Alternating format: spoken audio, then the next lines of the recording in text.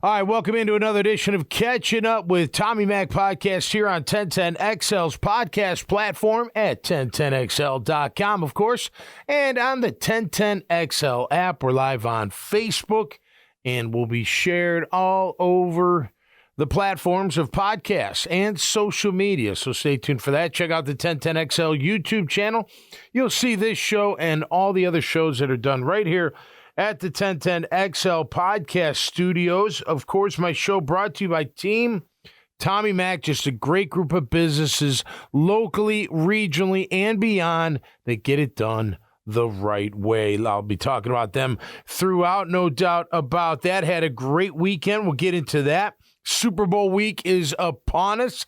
Get into that. Now, I can't speak of playing in a Super Bowl, but I can speak of many, many parties that I went to over the years for the weeks leading up to the Super Bowl, and we'll get into that. We'll get into some top NFL wide receiver free agents and what that could potentially look like, and we'll take a look at our Jags, and, of course, looking at Super Bowl 58. Before I go any further, let's welcome in Grammage. How you doing, Grammage? Good morning.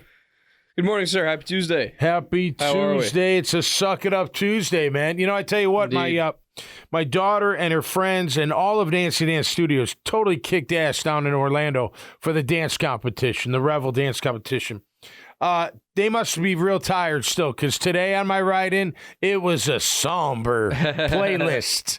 It was, let's see, Del Rey, Dana Del Rey. Yep, Dana Del Rey. She's a little somber. I was like, she got a pretty voice, but man, a little summertime sadness. I'm getting a little tired here listening to her. But yeah, but the whole ride in was I'm like, man, it's a Suck It Up Tuesday in this car. I got that summertime sadness.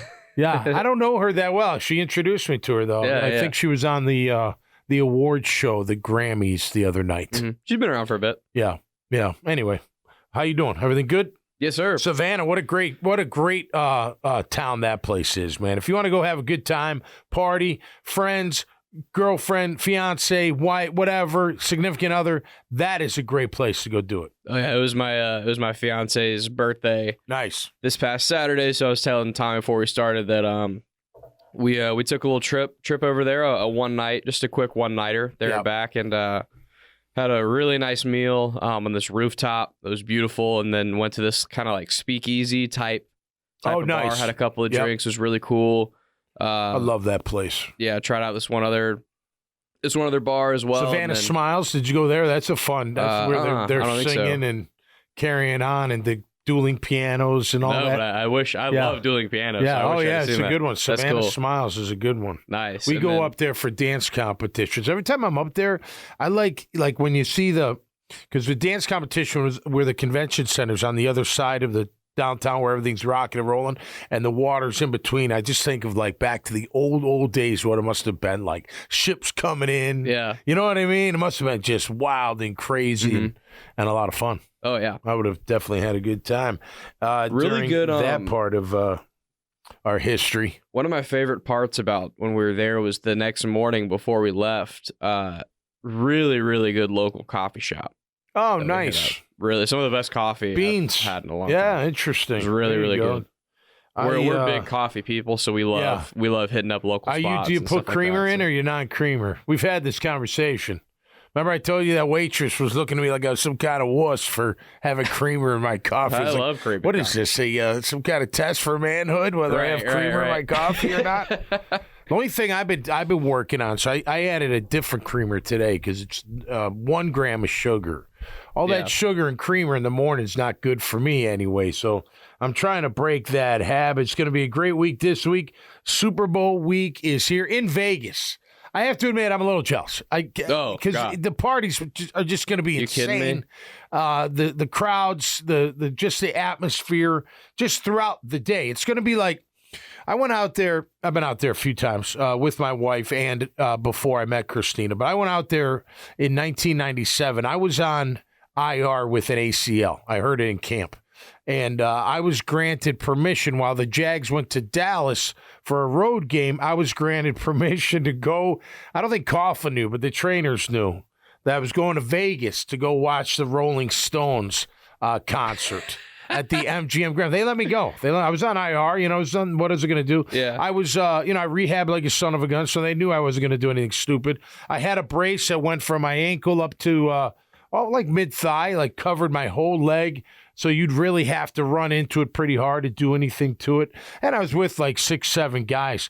It was absolutely insane. Now, we didn't have, we were like kind of up in the rafters, if you will. I mean, there wasn't a bad seat in the house, but we weren't like up close and whatnot. But leading up to it, throughout the day, the buzz, the partying, I met Slash that afternoon. The real Slash from Guns N' Roses. Me and my buddy, it's like 2:30 in the afternoon. We're like, holy, they were Slash. I'm like, man, that's not Slash. There's a lot of He's like, look at him. Look really close at him. I'm like, holy cow, it does really look like him. I ended up going over there and introducing myself. I was like, holy shit, Slash. But the buzz was just incredible. And then leading up to the concert, then after the concert, flooding out into the casinos and all that, and just partying all throughout the night. Well, that's pretty much every day of Super Bowl week. It's probably already started. It's going to be insane. Now, we used to go to Radio Row, which was where all the radio stations gone. I don't know have you been there? Have you been to Radio Row yet? During the Super Bowl week. Well, you know what it is. So it's all the radio stations around the world in this gigantic, whatever room, or, it's got to be even bigger than a room. Just a part of the hotel, part of the conference centers, what have you, and just filled with radio stations. So you go do your show there, and then, throughout the week, like, man, when I had my show 10 to 1, it was unbelievable. I could go out and party all night, do the show no problem, done at 1 o'clock, and let the party begin again. That's probably one of the best. Probably one of the best windows for guests too. Oh, without a doubt. But you have to. Dempsey through these walls. Dempsey and Fat Tony are two of the best at getting guests at the Super Bowl. They will go. I mean, they just bring them in. And Donna Murphy, who still dabbles here, she's part of the 1010XL family. She would go out and get these. I mean, you got to have those kind of people. Now, they will come by. You'll be able to snag them, in between, your segments and whatnot. But, man, just fun stuff. I've interviewed, I don't know, a bunch of different people. So much fun, from comedians to head coaches to other ball players, seeing people. I'll never forget one time at Radio Row. I was actually on the phone with my wife, and it was very early in the Kardashians, like maybe the first year, and it was the mom and Kim. And I didn't really know who they were because I wasn't paying, a real attention. And Mom is Kris Jenner, right? Kris Jenner, yeah. Right. Yeah. And they came in, just the two of them. And I just, that's going to sound terrible, but all I remember was Kim's ass was massive, like this gigantic ass. And I was just like, all right, whatever. They just kind of went by. I'll never forget the year Tebow came in through Radio Row. I'll never forget this. Larry Fitzgerald is like, so Radio Row is just a combustion of tables, and there's like little makeshift aisles, from the tables, and they go all different directions. You cut through, blah, blah, blah. So here comes Tebow, then the height of Tebowism, or Tebow, whatever. And he's got a contingent. He's leading the pack. He's got a contingent. He's got like 8 deep, 10 deep, following him and, going with him, whatnot. And Larry Fitzgerald is standing like in one of the makeshift aisles all by himself, and nobody's paying attention to him at all. And I happen to see him, and I walk up to him. I'm like, I can't believe nobody's noticing you're staying. He's like, this is incredible. Like, here comes this contingent. Everyone, the hoopla was so huge. And then they forgot about, hey, Larry Fitzgerald's like standing right here. He was in his prime, one of the greatest wide receivers to ever play the game. Time. No big deal. Was that after he played in the Super Bowl? It was Tebow's rookie year, right? So he had the success in the playoffs. So remember? But I think that's after that year, like maybe 12. Yeah, it would have been around then. Earlier than then. It would have been earlier than then, I think. Because I think the Cardinals Steelers was 2010, I want to say. The Santonio Holmes which would have been 11, right? January of 11. Yeah, you're right. You're right. Good call. Yeah, you're right. So, or February of 11. Anyway, just a great time. The parties were fun. I tell you, I was writing them down today, trying to remember walking. So I used to get these, my good friends, the Lakin brothers, would get me Fox sports party passes because they had a friend named Rosalind. We called her Roz. She was great. She'd get us all these passes, go to all these great big Fox parties, and you'd see all types of people. I got to tell you a funny story. So I'm at the bar with my friend John Lake, and they're twin brothers. They're both attorneys, and it's late at night, and we're pretty canned, and these guys, all they want to do is meet famous people. And I was like, I could, whatever. If you meet them, great. I'm not chasing down a famous person. I could care less. Anyway, so John sees Callista Flockhart, who she's married to Harrison Ford, okay, and she had a show called Ally McBeal. It was on Fox. It was a really popular show. I don't know, drama, whatever. So anyway, he's like, holy cow, that's that girl. Let's go follow. I'm like, John, I don't really, come on, Tom. Come on, from Boston. Come on, Tom. I want to meet her. So anyway, I'm like, all right, whatever. So I'm walking. We're walking. I'm finally catches up to her. She's a tiny thing, like the size of my pinky. And he taps her on the back. She turns around, basically like, what do you want? And he gets all flustered because he's been trying, and he goes, excuse me, Ally McPhail. So first of all, he didn't know her real name, totally butchered her show's name. He goes, this is my friend Tom McManus. He plays for the Jacksonville Jaguars. And I'm like, what? And she looks at me and she goes, nice to meet you. Turns around. I'm like, you dumbass, get over here. Let's go back to the bar. Just totally, but just fun. I mean, Max, you were his ace in the hole, bro. Oh, I know. I'm like, what are you doing? What are you doing? But so much fun. So if I totally butcher this, I'll just tell her that my friend plays the NFL. Exactly. That's my backup plan. Walked in on a Prince concert once out at the beach in Miami on a Fox party. Played 3 songs. He was phenomenal. That was the year he played. Now, I'd never go to the games. Like, I'd leave. I'd leave on Saturday to get home. So he did a concert in Miami the week. It was on the beach. It was 3 songs on the beach for the Fox party. It was unbelievable. That's awesome. It was, and I didn't really realize what was going on. I'm like, holy cow, that's Prince. And then next thing you know, like, and then again, not that I'm look, the stature you are is what you are, but he was like barely as tall as the microphone. And I never knew that. But, man, he was wailing on the guitar. He was unbelievable. But he only did 3 songs. No, I don't remember the songs. He's probably a top 5, maybe greatest performer of all time. Oh, yeah. Yeah. Eric Clapton calls him the best guitar player of all time. They said to him, there's a famous quote. Eric Clapton's like, someone asked him, like, how does it feel to be the greatest, guitar player of all time? He goes, I don't know, ask Prince.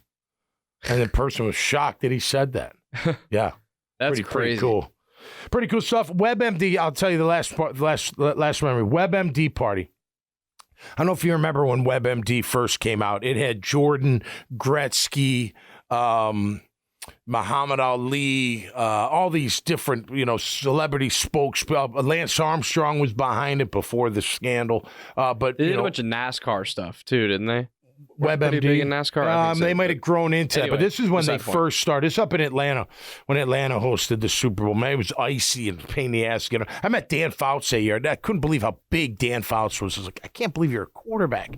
I mean, he was gigantic. He was almost like Baselli big. I'm like, man, just enormous. But anyway, we're at the WebMD party, and Elway's there, and we had played him, so I got to talk to him. Daisy Fuentes was there from MTV, and Jordan was there. I didn't get to meet him. Gretzky was there. I didn't get to meet him. They're all up on the thing and whatnot. So anyway, we're just all making it's this gigantic room of people, hundreds of people in this big, conference room, whatnot. And all of a sudden it goes quiet. And you turn, and here comes Muhammad Ali. I mean, it went dead. Wow. Like a pin could drop. And it just spread. The room just spread out, and he walked right by me, and I was just like in shock. I was like, holy cow. That's Muhammad Ali. Like, that's Muhammad Ali. Like, that was like one of the only times that I might have been just in so much awe. Like, I froze. Like, not that I was going to say anything to him anyway, but I was just like, wow, that's Muhammad Ali. My buddies that couldn't get into the party were so upset. I only had like 4 passes to get us in. And the Lakin brothers had to go because they always get me into everything else. Yeah. So anyway, good times. No doubt about that. How about, do you gamble? I don't gamble. I'll play like blackjack and stuff like that. Oh, like you mean sports betting? Yeah, you put money on it? Like, do I sports bet? Yeah. DraftKings or FanDuel. You do. Oh, yeah. You know that kid, Amit Patel, he lost all his money on FanDuel. And FanDuel... he lost all the Jaguars' money on FanDuel. He lost all the Jaguars. They're asking for it back. I know. They're asking for it back. I don't know. You know, I saw what the attorney said on the Jags side. He's like, look, where's the red flag? You're not looking at how many, you know, how much he's losing, how much he's spending. Are you not paying attention? Like, wouldn't you look into it to make sure that it's clean money at least? You know, I could see that side of it. And I could see FanDuel going, hey, man, what do you want us to do? We don't know. I mean, it's not like it's mob money. You know, it's not like it's drug money. It's from an organization. The guy stole from you. You know, he lost $1 million on DraftKings, but 20 roughly on FanDuel. They called him. One guy called him legendary bad. He said daily. He was a daily fantasy football player, and one other daily guy, like same status of guy, like he was legendary bad. We all knew how bad. They even gave his name. I don't have it in front of me. Legendary bad. How about that? Anyway, I don't know. That's an addiction I've never got into. You know, and I'm not addicted to anything, but I'm just saying like that. I never had that pull. Like I gotta gamble. It's too stressful for me. You know, especially today. I don't know. You can bet on anything. How about this? For the week of Super Bowl, throughout the end of Super Bowl, over 2,000, just so we keep it in perspective, a survey by the American Gaming Association, AGA, of over 2,000 people, 2,024 people were surveyed. And from those results, they have estimated that 67.8 million adults, which is 26% of the adult population of America, will be placing bets during Super Bowl and Super Bowl week of upwards up to $23.1 billion. Now, that's estimated from a survey of 2,000 people.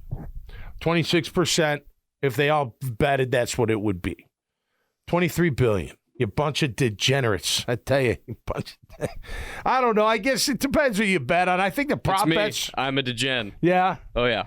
Okay, so what will you do the prop bets, or we like that? I could see kind of being fun. Like, you know, you got the FU money, and just like, I want to bet on the, you know, whatever, what shoes he's gonna wear, or you know, who's gonna score the first touchdown, or you know, maybe something like that on the game itself. Yeah. Like you see like Drake dropping like millions or hundreds of thousands on games or fights or whatnot. He's just like, I know that doesn't affect him like it affects other people. But, you know, that's a lot of Johnny. I don't care how much money you make. That's a lot of money to put down he put on an event like that. I want to say he put like 100,000 or something a couple years ago on Odell Beckham to score the first touchdown. Yeah. And he did. And it hit. Yeah. And it was and he's lost a couple fights. I know that like he put money on, like heavy money on dudes, and hey, I mean, I think if you're a serial gambler, the best you're going to do is come out even, right? Overall, I mean, does anybody walk away from a career of gambling? Look, World Series of Poker, I get it. That's, you know, you win that thing, you win in multiple millions. You know what I mean? Maybe you go out on top with endorsements and things like that. But I'm just saying, like a regular gambler. Take the kid from LSU. How many bets did he play? 6,800? Kayshon Boutte? A lot. Nobody keep an eye on him at all. Right. Jeez. And back to Amit, like nobody, Patel, nobody keeping an eye on, you know what, his I read where his employee friends thought, well, his family was loaded, so that's why he had all these lavish lifestyle things. Now, his attorney's saying he didn't spend any of the money he stole on the lavish lifestyle that he projected out there on social media. Came from family or whatever, and earnings. So that's an interesting one. I don't know. I don't think I'm giving the money back. Kind of hard to give. I mean, what am I going to do? Give it back? Why? Why should I give it back? Okay, maybe I should have had some you know what? Maybe I give some back. That might be the way to do it. They'll settle on something. Yeah, come in the middle. Go watch Suits. You'll figure it out.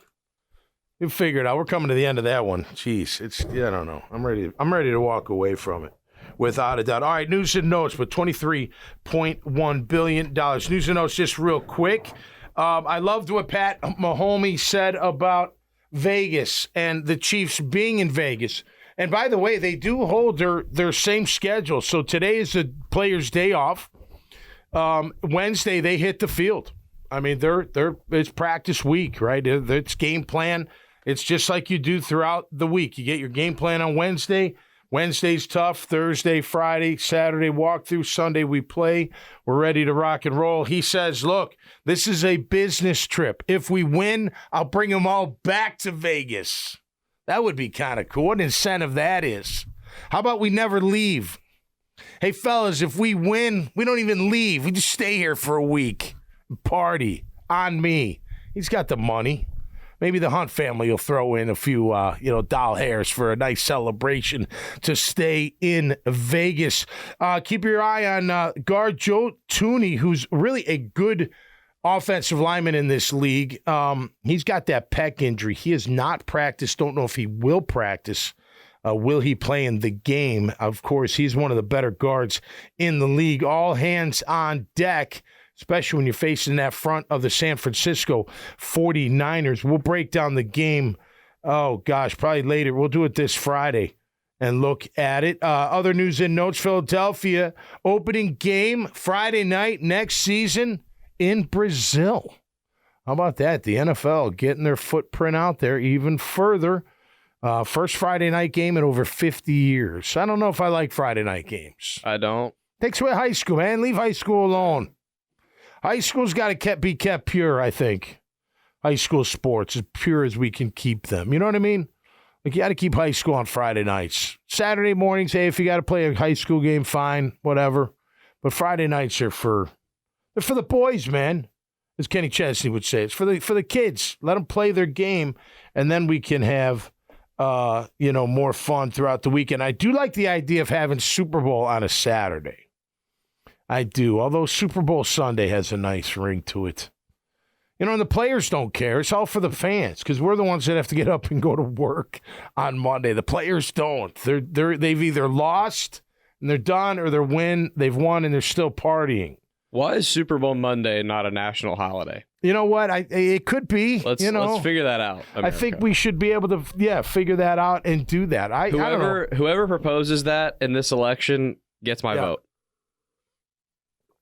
It should really be a 3-day work week. Tuesday, Wednesday, Thursday. You know what? Monday and Friday still got to do some stuff, but I don't know. I get my hardcore stuff during those 3 days and then fill in the blanks the rest of the Monday and Friday. So Monday to me, whatever. You know what I mean? I'll figure it out. And I'll watch. This Super Bowl should be a really good one. I hope this is a classic, close game, back and forth, tough. It's going to be hard hitting. It's going to be physical. There's going to be so many superstars out there. When it's like the start of the fourth and the game's out of hand, it sucks. I hate when that happens in the Super Bowl. I know. Yeah, you stop watching. Yeah, unless it's your team. Remember Broncos Panthers? Here, you just knew it was over. Yeah, you don't even want to watch it after a while, dude. But there's a lot of stars on this team, and I know there's 10 on San Fran, and Josh Purdy's the 10th. Who said that? Cam? Why do people take shots at Purdy? Who cares? Why do you have to sit there and say, well, he's not elite? You know what? His team's in the Super Bowl. What do you want me to do? You know what I mean? He's elite for them. And he's made plays He's made great plays. I mean, look, is he... plays with his legs. From a physical, okay, fine. So guess what? Neither was Joe Montana. Joe Montana wasn't, the hugest arm, the biggest guy, the fastest guy. He could throw plenty hard enough, plenty well enough, knew where to place the football. Anticipation was incredible. Knew the field, had great awareness. I don't need super duper duper star at QB. I need a guy to run my offense efficiently. And he does that to the nth degree for San Fran. They love him. They got rid of Trey Lance. Think about that. How much they love Purdy. Oh, look, I tell you, I gotta wonder. I do wonder that last pick. Was he rated that high? Was he the last guy on your board? You know what I mean? Was he your highest rated player left on your board with the last pick in the draft? I'm talking Purdy. You know what I mean? Is that how you picked him? Right? Mr. Irrelevant. I mean, come on. He's the last pick in the draft. Everybody missed him. Everybody missed him. And he played a lot at Iowa State. He was a 4-year starter. Played a lot of college football. He played a lot of college football. So, hey, hats off to San Fran that he fell into your lap, but you did pull the trigger. You know what I mean? And you know what? He might have been a high-priced free agent. Who knows? I do think out of college. I do think that Brock is a little bit of part of a bigger discussion in terms of the draft and how we evaluate QBs. Yep. Because the NFL has.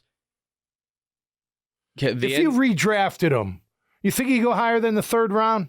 Yeah, absolutely. Do you really? Yeah, he's in the Super Bowl. Yeah. No, I know, but he fits San Fran is what he does. Right, but you got to be pretty damn good to fit that well enough to go to the Super Bowl. I love the kid. I'm not saying that, but do you really okay, if redo him in the draft, him and Trevor coming out the same year, who are you taking number 1? Trevor. Okay. That's what I'm saying. Even though I think he's a really great quarterback and a great quarterback for them, I don't think he automatically is top 5 pick in the draft. Brock Purdy. I think he'd be like a back end first rounder. Okay, fair. Second, maybe third's a little light, but he'd be taken where Kenny Pickett was taken or someone like that. Yeah, Kenny Pickett was a first rounder. Yeah, you know what I mean. It's he'd be taken because if you could take Kenny Pickett or Brock Purdy, I don't know who you taking. Well, I take Purdy, but again, he fits Shanahan's offense, and that's I agree. What we're You're saying. Right. You know what I mean? You got to hit. The quarterback's got to fit the offense. My thing is, I'm sorry. Trey Lance might be he's a better athlete, I would imagine. I can't say he's a better quarterback, but he might be a better thrower. You know what I mean? But that doesn't matter. What matters is who can run the offense and who can run it to a high level and be as efficient as I need it to be. Well, it's not the 3rd pick in the draft. He's gone. It's my Mr. Irrelevant pick that I got lucky on. Still. We've seen that Shanahan offense in San Fran with kind of their nucleus they got, with the exception of McCaffrey, he was a later addition, but the rest of that nucleus has been there a while. Look at Jimmy G. Not a Jimmy G, Trey Lance, Purdy. Yeah. Purdy runs that offense by far the best. Yeah. He runs it better than Jimmy G. And Jimmy G ran it pretty well. He did. He ran it very well. Yeah. And Purdy runs Jimmy it better. G never got enough credit for what he did with San Fran, right? They're always You know who I think Brock Purdy is? I think he is Matt Ryan. He's this generation's Matt Ryan. Matt Ryan with the Shanahan system, the year that they had some good weapons and had a good defense, they went and they should have won the Super Bowl. They blew it. Yep. And Matt Ryan ran that system to perfection and gets the ball out where it needs to be. It's a lot of timing. It's a lot of anticipation. It's trusting your guys. And it's those throws that a lot of guys in college that were exceptional and that had exceptional weapons that were always open. It's those throws that those guys aren't comfortable making. Right. Remember the whole Tua, the whole Tua issue when he first got in the league is he's waiting for guys to break wide open. It wasn't going to happen. Right. It's those tight window anticipation throws. Yeah. And placement. Yes. It's placement. You have to put in the right spot on those throws. Because in that offense, if you're a little bit off, a pick six is imminent. No doubt. In that type of offense. It's precision. It's a precision, which is really, really hard to do. Yeah. So, I mean, I think... But again, back to what we were saying a minute ago, I think Purdy is a part of a little bit bigger of a conversation in terms of how we evaluate quarterbacks, because the NFL has become the NBA a little bit in terms of QBs. If you've been in college for a long time and played a lot of college football, it's a knock on you now. Right. It's like, oh, well, what's wrong with you? Why didn't you go earlier type thing? Why did you go 4 years? Why didn't you come out early? But the minute Brock started taking snaps for the Niners, it's like, okay, you can tell this guy's played a lot of ball. Yep. Besides just high school. I'm telling you, that awareness, I think they need to grade it a little higher. You know what I mean? 100%. Like awareness should be way up there. You know, you got to have an arm. It doesn't have to be the strongest arm, but you got to make those tough, long throws. You have to, especially the out ones. They got to be on time. They got to have a lot of zip, right? You also got to be very good in accuracy. You got it. Your completion percentage should be very high. There's no doubt about that. You got to be tough, of course, but you got to have awareness. You got to be able to read everything and see everything. I think Purdy does. Now, granted, look, he's still got more work to do, so let's see how he continues on. But up to this point, he's been outstanding. And I don't care if he's elite. I don't care anything. He's in the Super Bowl, and he's doing what they're asking him to do, and he does it at a high level. So good for Brock Purdy. Did you hear what? I want our quarterback to be that efficient. I know. In Doug Peterson's offense, right? And it's up to Doug and his staff and Trevor and the receiver and everybody else to get on that same page so you run an efficient offense. I don't care about star power. That's great. That's gravy, right? That's icing on the cake. But the meat and potatoes is running the offense efficiently. And there's no excuse for not doing that, in my opinion. Did you see, because I think it was Greg Olsen called the NFC Championship game, right? Yeah, he's good. Did you see what he said during the broadcast about when they met with Purdy about, like, changing plays at the line of scrimmage? Yeah. It was really interesting. Oh, no, I didn't. Basically, like, he was saying, because I didn't know this. Yep. He said in NFL offenses, most of the time you go to the line, you got two plays. You got the two plays, right? Yep. But there are times where the coach calls, like, coach a lot of different terminologies for it. But basically, sometimes they'll call a play where they're like, this is the play, no matter what. Right. You got to run this play. Don't change it. And Greg said that when he was in Carolina, that'd be maybe once or twice a game or so, kind of depending on feel and tempo and different things. He said he asked Brock, when's the last time they had that? And he said, we haven't had it all year. Wow. He said, I can't remember the last time we did it. They trust him, man. That's huge. And it adds to that awareness factor you're talking about and being able to read a defense and knowing what's going on. Yep. Mentally, Shanahan throws a ton at him and he just takes it all in stride. It's just like, all right, let's do it. But look, and just like any other quarterback, he struggles with pressure. He does. I watched Cleveland harass him, and he couldn't do anything, especially in the fourth quarter. I mean, he's running for his life. He's throwing the ball away. He couldn't do anything. So if like any other QB, you got to pressure Brock Purdy to really affect him. You let him sit back there, it's going to be like Stroud in week 3 against the Jags. Boom, boom, boom. Like Jake Browning against the Jags. Boom, you know what I mean? Flacco, wink, wink. You know what I'm saying? Give him time. These quarterbacks make throws. Give that kid time in that system with all those playmakers, and they're going to hurt you. That's what's going to happen. Those 3 guys all played a ton of college football. Yeah, right. Good point. A ton of college football. Yeah, they did. And guess what? Those are guys that, if given time, can just dissect you. Yep. And it's not easy. The NFL is not easy, but you know what I mean? It almost looks easy to them. It's almost like, oh, if you're going to give me time, I'll just pick you apart all day. I don't care. Exactly. They all can make throws. That's what people don't realize. If they have time and the guy's open, they're going to complete the pass more times than not. Maybe not every single time, but for the majority, that's what they are. That's like the prerequisite of an NFL QB. Guy's open, you have time, make the throw. Like, do that with your eyes closed, for crying out loud. That ain't special. You know, that's finishing your plate at dinner so you get some dessert. You know what I mean? Like, you don't get no pudding if you don't eat your meat. You know what I'm saying? I know it's too hard in today's day. What do you mean? You got to let them. I feel like it's the equivalent of like an NFL kicker kicking like a 35-yard field goal. Yeah. You should never miss. Yeah. No, right. And then if we're kicking a 50, then like what if you miss? Okay. You know, I understand, but extra point, you better never miss. You should never miss, right? That's the difference between the NFL and college football. Right. College football, those things happen a lot, and when you're in the NFL, those little things, those little details have to be perfect. Yeah, or because you everybody's will lose. Good. Everybody's an athlete around you for the most part, and everyone's consistent. Yeah. Yep. It's going to be, it's gotta happen. All right, let's look at the NFL wide receiver free agents. The top ones as I see them. Brought to you by Team Tommy Mack. Chris Lucero's bail bonds, baby. Get you out in a blink if you get thrown in the clink. Graffiti Burger Bar, brand new ownership and management. Check them out. They got a great menu. Carpet Man Flooring, not just LVP, but all types of flooring, highest quality at lowest prices. Azar Sausage, make sure you get, man, they've got Andouille, they got Hot Mild there in Winn-Dixie, they're in Publix, they're all over the place. Solomon Ventures, I just posted on Facebook what they got going on. They got luggage, man. Kenneth Cole, 2-piece, under $50. Make sure you check them out. Code Ninjas.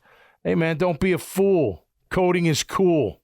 Don't forget it. We'll be out there at the Ninja Fest this Saturday. That's We The Dad Bods, that's right, for their 3rd anniversary out there in Fleming Island. Salt Air Inn and Suites, a great little boutique hotel, 4 blocks from the beach in Atlantic Beach, just on the border of Neptune and Atlantic, with concierge service and J-Dog junk removal and hauling.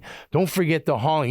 That's right. All you roofing companies, you contractors, you need some help moving that stuff, hauling that away, and bringing in a brand new dumpster. Well, they'll do that too. Make sure you check them out at jdogjunkremoval.com. All right, top NFL wide receiver free agents. Not really in any kind of order, although I did. I looked at a few different polls of who the top ones are. Look, I look at, and not in any really order, I don't think. You got T. Higgins, Mike Evans, and I'm going to throw in Gabe Davis with a dark horse, not a dark horse, but a maybe, is Josh Reynolds out of the Lions. But let's keep him in a different tier. You're talking T. Higgins, Mike Evans, Gabe Davis. Now, who's likely to be not retained by their team? I think Mike Evans will be retained. I would imagine.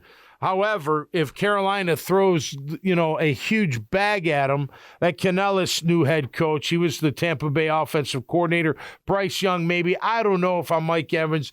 Nonetheless, he's had a great career, be a Hall of Famer. Maybe he wants one more big daddy contract. But he would be a interesting one.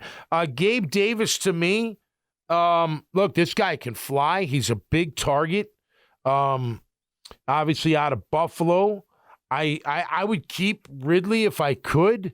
I don't know if you need Zay, though, in that situation. Gabe Davis over Zay Jones. Again, I'm really hoping they find a way to keep Ridley. I am. I just keep having this thought, like, man, we just got him primed back into his career, and now you're going to let him go do it for someone else? You know what I mean? It's like these colleges that recruit these kids and develop these kids, and all of a sudden the kid's like, hey, thanks a lot, but I'm out of here.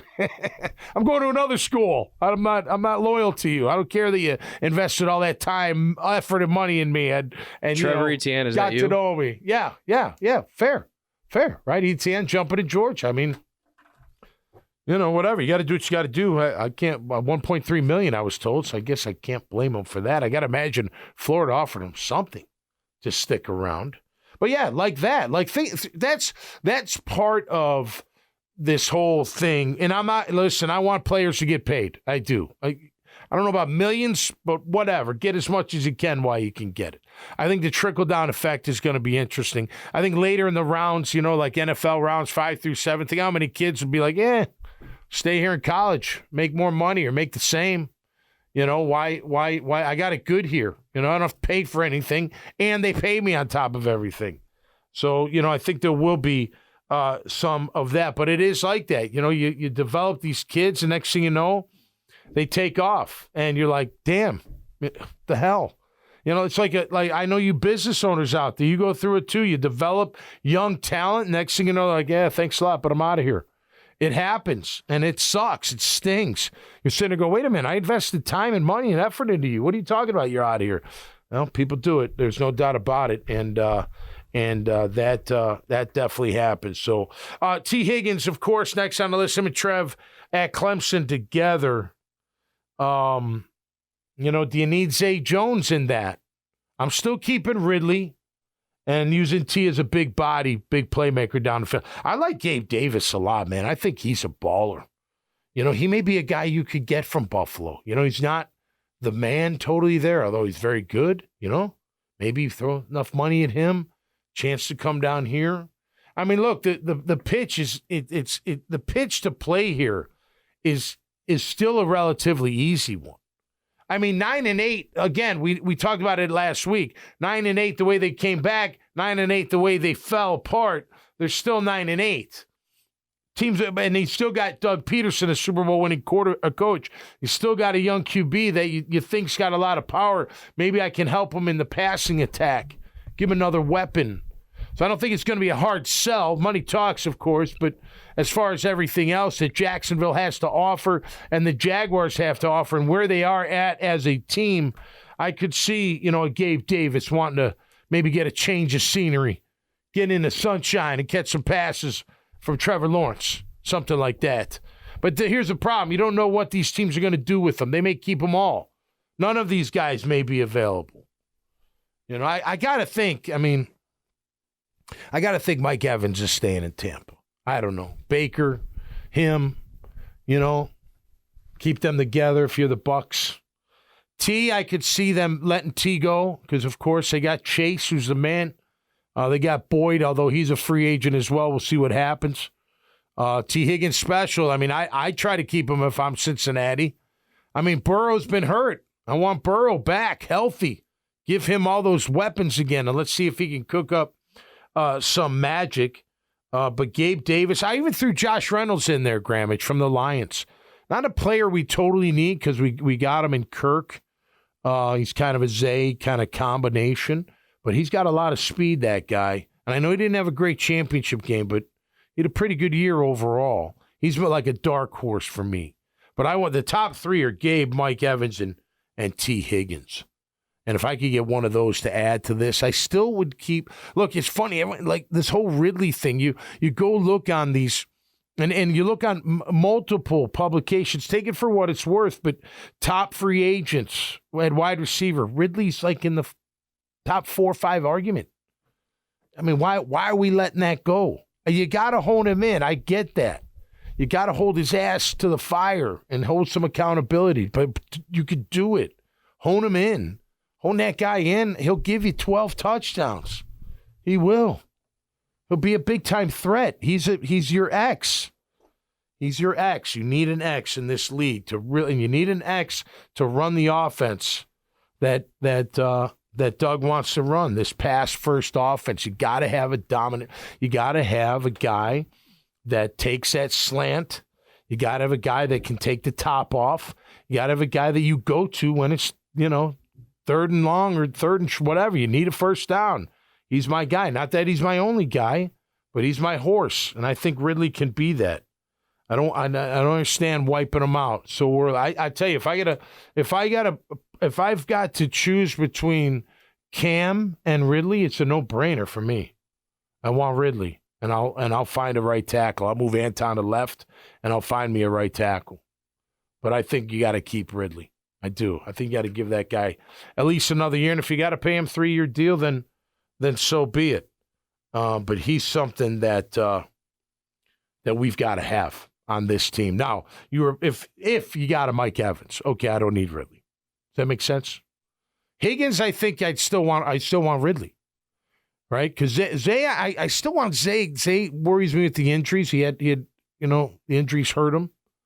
I don't get into the cap. I don't, he's $8 million saved. I don't, look, they got enough money. Cap's going up. They'll fit people in the cap. Let's just find the right players that match, whatever the identity will be. Hopefully a different identity. Just a bad to the bone. Kicking ass all the time. Kicking ass in the class type atmosphere. But it's got to fit. So we'll see what they do there. I tell you what, that's a good trio of free agent wide receivers if they're all available when it's all said and done. Should be a great time. And we've got the Combine coming up after Super Bowl 58 and then free agency. And then, boom, we're into the draft. Next thing you know, we'll be bitching about the Heat. We will. There's no doubt about it. All right, that's going to do it for me this time around here at the 1010XL Podcast Studios. Catching up with Tommy Mac, brought to you by Team Tommy Mac. Hey, man, when you see me post out there on social media, Facebook, etc., please just tap on their pages and take a look at their business and the great service that they bring to the table. Until next time, stay safe out there and be cool, man. And we'll see you right here on Catching Up with Tommy Mac. Peace.